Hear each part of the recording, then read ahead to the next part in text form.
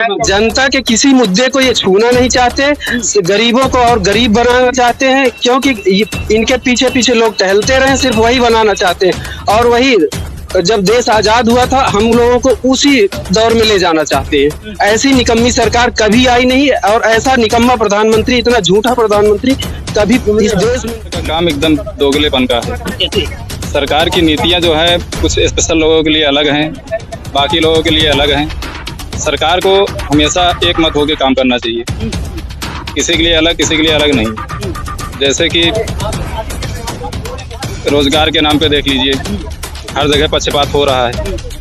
ये कोई कहने की चीज़ नहीं। आप अगर कहीं किसी भी जितनी वैकेंसी है उसमें आप अगर नज़र घुमा के देख लेंगे तो ये चीज़ साबित हो जाएगा। तो पहले बहुत चिल्लाते थे कि अगले सरकार में ऐसा हुआ, एक ही जात एक ही बिरादरी। आज क्या हो रहा है? अगर वही चीज़ दोहराना है तो हमको सरकार बदलने की क्या जरूरत, फिर वही तो एकदम मन बना चुके हैं कि इस सरकार को ही उखाड़ फेंकेंगे। जो सरकार संविधान बदलने के लिए अपने मन में सोचे, हमारे प्रधानमंत्री आज बने हैं तो इसी संविधान की बदौलत प्रधानमंत्री बने हुए हैं, नहीं तो इनकी औकात नहीं थी कि प्रधानमंत्री बनते। तो दे रहे हैं सर, तो रोजगार नहीं दे रहे हैं तो हम क्या पैदा कर रहे हैं? इतने 140 करोड़ की आबादी में आप 80 करोड़ को अगर आप 5 किलो राशन दे। बहुत बहुत स्वागत है। आप देखना शुरू कर चुके हैं आर्टिकल 21 और हम हैं आपके साथ प्रेम कुशवाहा। लोकसभा चुनाव को हम कवर कर रहे हैं और हम हैं आज फूलपुर लोकसभा में। फूलपुर की जनता से बात करेंगे कि क्या है जनता के मुद्दे और क्या है नेताजी के मुद्दे। बहुत बहुत स्वागत है चाचा। हाँ जी, बताएं। क्या मतलब फूलपुर में क्या लग रहा है माहौल? किस चीज़ का? चुनावी माहौल क्या लग रहा है? ठीक ही है, चुनाव का माहौल तो ठीक ही रहता है। चुनाव के माहौल में क्या गड़बड़ी है? जनता तैयार है वोट देने के लिए, नेता लोग वोट लेना चाहते हैं और हर लोग नेताओं के अपने अपने गुणों आचरणों का जनता जवाब देगी, कौन किस तरह का है, कौन किसी को क्या क्वालिटी है। 2024 के चुनाव में जो मुद्दे हैं एनडीए के और इंडिया गठबंधन के, किन के मुद्दे लग रहे हैं प्रभावी होंगे जनता के? नहीं, 2024 का जो चुनाव है बहुत विशेष तरह का चुनाव है। अगर हम लोग देखते हैं तो कम से कम 40-50 साल की यात्रा की जीवन में देखते हैं तो इस तरह का चुनाव अब तक देखने को नहीं मिला है जो इस बार इस चुनाव का प्रकरण आएगा। क्योंकि कभी हम लोग सुनते थे गरीबी है, भुखमरी है, सब ठीक है, कोई उसका उपचार करता था, कोई उसके उपचार के बारे में सोचता था, और कभी किसी नेता ने इस बात को नहीं कहा कि हमने जो है गरीबी मुक्त करके जो है बड़ा बढ़िया काम किया। और जिस तरह से आज ये स्थिति हो गई है कि देश की 80 करोड़ जनता को ये बताया जाता है पूरे दुनिया में कि खाने को ये मोहताज हैं, इनके पास खाने की भी राशन नहीं है। और आज की परिस्थिति ये हो गई, तो आज जो लड़ाई जो परिस्थिति के हिसाब से है कि उस 5 किलो अनाज में आखिर में देश क्यों पहुंचा कि जो 5 किलो अनाज से खा के जीवन व्यतीत करे, या अपनी। यहीं पे एक सवाल बनता है कि कहा जा रहा है कि 80 करोड़ लोगों को हम फ्री में 5 किलो राशन दे रहे हैं, और दूसरी तरफ वही नेता ये कह रहे हैं कि हम भारत को संपन्न राष्ट्र और नंबर 1 पे ले जाने की बात कर रहे हैं। कैसे दोनों बात चल सकती है? नहीं, दोनों बिल्कुल नहीं चल सकती है। अब ये तो समझने की जरूरत है। आज जो है कि हम बता रहे हैं कि 80 करोड़ लोग खा पी नहीं सकते हैं, अपने जो है राशन पानी की कपड़े की व्यवस्था नहीं कर सकते हैं, अपने जीवन को चलाने की व्यवस्था नहीं कर सकते हैं, तो वह देश विकास कैसे कर सकता है? और विश्व गुरु की चर्चा सुन रहा हूं, आजकल की देश विश्व गुरु बन रहा है। हाँ, तो विश्व गुरु जरूर बन रहे हैं कुछ लोग कि ये बता के कि हम लोग 5 किलो राशन देके हम बुद्धिमान लोग हैं, और यह लोग बड़े आसानी से जनता समझ जाएगी। और मुझे लगता है कि जनता इस बात को समझने के लिए तैयार है और इस समझदारी के साथ इस बार चुनाव में मैदान में उतरेगी। वो एक मुद्दा और इस चुनाव में निकल के आ रहा है कि संविधान को खत्म किया जाएगा, 400 सीटें मिल जाएंगी अगर, तो कैसे देखते हैं? देखिए, सरकार तो संविधान बदलने के मूड में है और वो हम लोगों को सोचना है।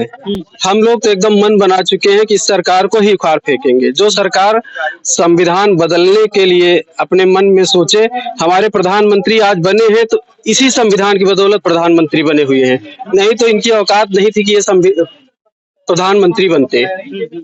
संविधान अगर संविधान न होता तो प्रधानमंत्री पद पर पहुंचने की इनकी हैसियत ही क्या थी। तो इसलिए इनकी संविधान बदलने की का जो मकसद है वो बिल्कुल हम लोग एकदम फेल कर देंगे।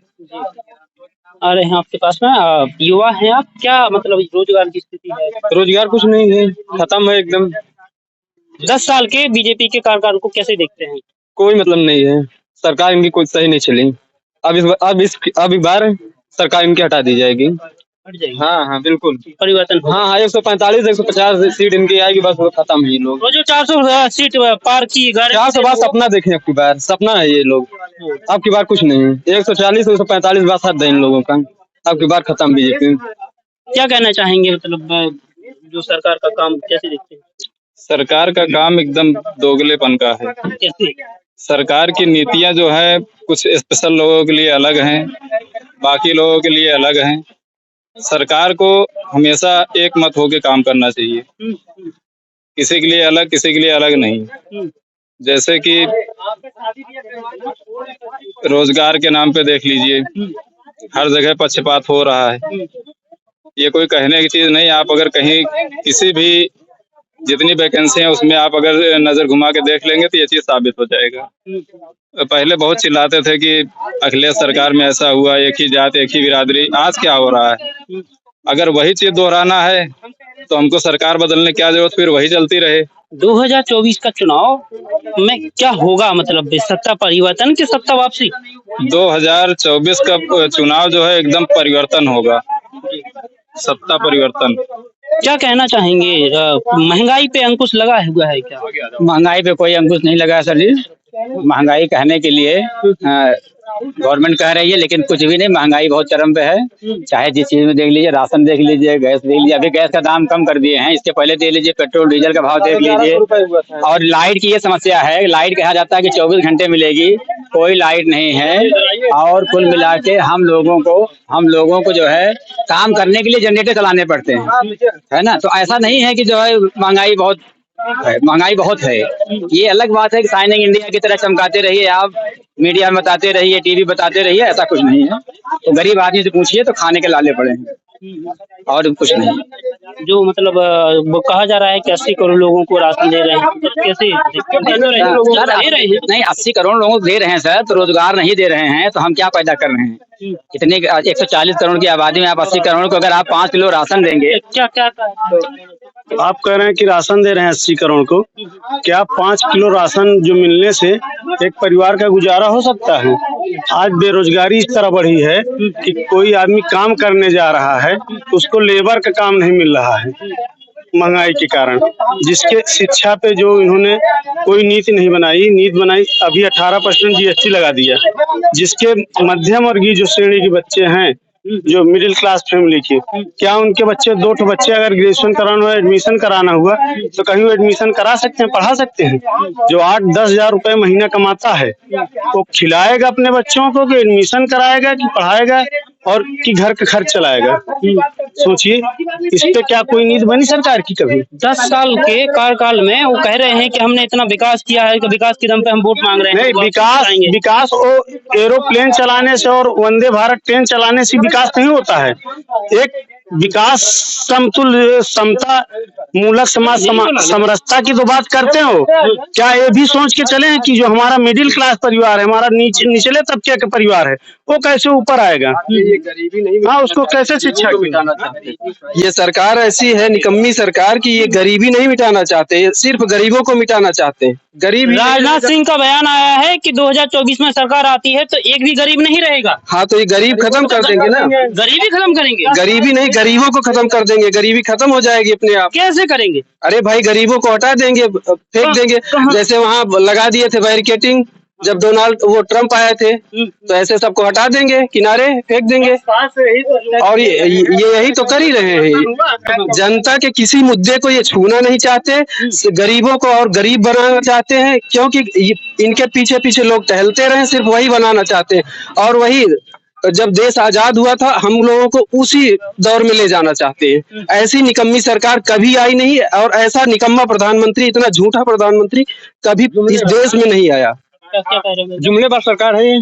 कैसी? अरे झूठ पे झूठ। कैसे जुमले? कौन से झूठ? अब जो बता रहे हैं कि मैं 84 करोड़ दे रहा हूँ राशन, 84 करोड़ नहीं 80 करोड़ 80 करोड़ दे रहे हैं राशन। उनका बयान आ रहा है